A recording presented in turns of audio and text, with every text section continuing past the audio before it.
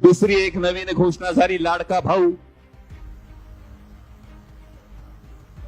म्हणजे म्हणतात लाडका भाऊ, पण ती मुख्यमंत्री रोजगार योजनेची ही घोषणा आहे, ज्यासाठी 5,500 कोटी रुपयांची तरतूद आहे. पण ही तरतूद करत असताना हा साधा भाबडा प्रश्न महाराष्ट्र सरकारला आहे की 12वी पास झाल्यानंतर तुम्ही स्टायपेंड देणार, पदविकेनंतर 8,000 स्टायपेंड देणार, डिग्री असेल तर 10,000 स्टायपेंड देणार. पण ही अप्रेंटिसशिप फक्त 6 महिन्यांसाठी आहे. किती?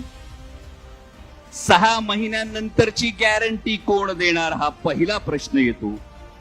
दुसरा प्रश्न येतो, जर स्टायपेंडचा खर्च हा महाराष्ट्र सरकार आपल्या खिशातून करणार असेल तर त्या कंपन्यांना महाराष्ट्र सरकार काही बंधन घालणार का, की आमची जर 1000 पोरं तुम्ही स्टायपेंडवर घेतली, अप्रेंटिस म्हणून घेतली, तर त्यातल्या किती मुलांना परमनंट करणार. यासाठी महाराष्ट्र सरकारनं युवकांच्या रोजगाराचा जो विचार करायला हवा होता, हा रोजगाराचा विचार, हा परमनंट रोजगाराचा विचार अजून या योजनेत उरत नाही, तो दिसत नाही.